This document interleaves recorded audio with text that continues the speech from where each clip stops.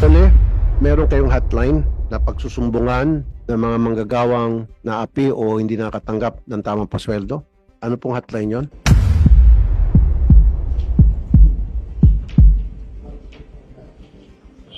You should memorize that by heart. So tatanong ka pa, usig po kayo, dapat alam niyo na agad yung numerong yan. Sino ang in charge sa 1349? Taas ang kamay please. Wala po ditong in charge pero sa ngayon ay sila ay nandoon po. Anong ginagawa nila doon? Sila ang nagre-receive ng mga complaint. Anong pangalan ng in charge?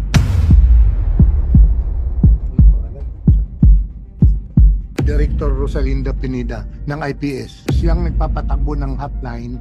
Under niya ang 1349. Sibakin mo siya. Why? Tumawag ako eh. Kaya pala binabaha, dinadagsa ako ng mga manggagawa every single day by the dozens pupunta sa akin. Kasi pag tinawagan nila yung hotline nyo, estupidong sistema.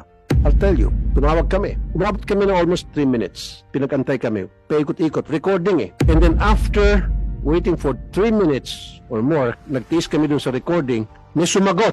Di sinabi ngayon ng staff ko, nagpanggap. Alam mong sinabi? Imbis na tanungin, saang kumpanya ka? Saang address ito? Ilang kayong mga hindi pinapasulo ng tama? Alam mo sinabi? Step 1, mag-email ka sa Role. Tinanong ng staff ko, pag ng-email pa ano mangyari?